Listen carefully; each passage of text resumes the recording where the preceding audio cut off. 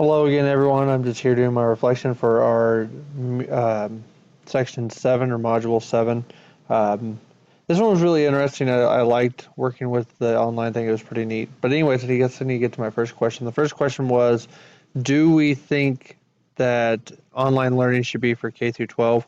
I personally do not. I really think that having students in class and teaching them hands-on, stuff like that, I think that's the best way to do it. That's just my personal opinion. I'm not a big fan of doing stuff online.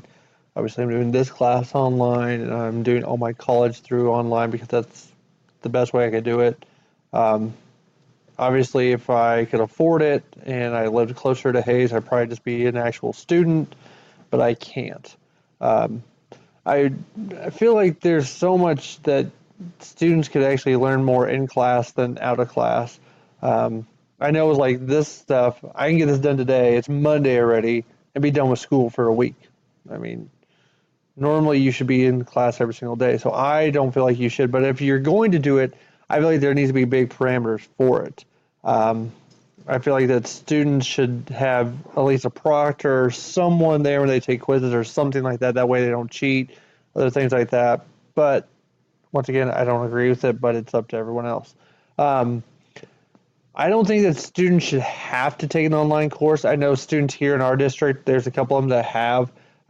People are wanting to do foreign language stuff, and we don't have foreign language. All we have is Spanish here. Now, if I know we've had at least 3 kids in the last 3 years take online courses. And so I think if you need to, I think you should be able to. Once again, I think you should have proctors, actual teachers checking in, different things like that. But I think it's okay if you have to, but I don't really think you should all the time. And then the last question is what I use. I used Edmundo. I was talking with my wife about it, sorry, and she's used it before too. She went through all the schooling stuff.